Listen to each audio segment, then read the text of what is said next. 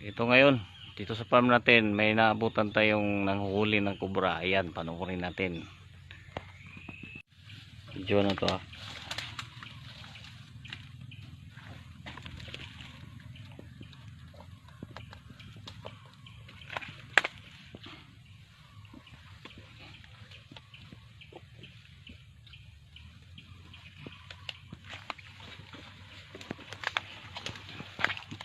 Grabe.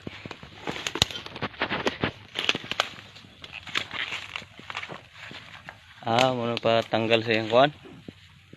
Pangil. Ilan kabuk na dakpan nyo? Di na mamaak. Di na siya kapaak. Di na. Sa itangil. Pero kung kasama, di hapon siguro. Pero wala na yung kuhan.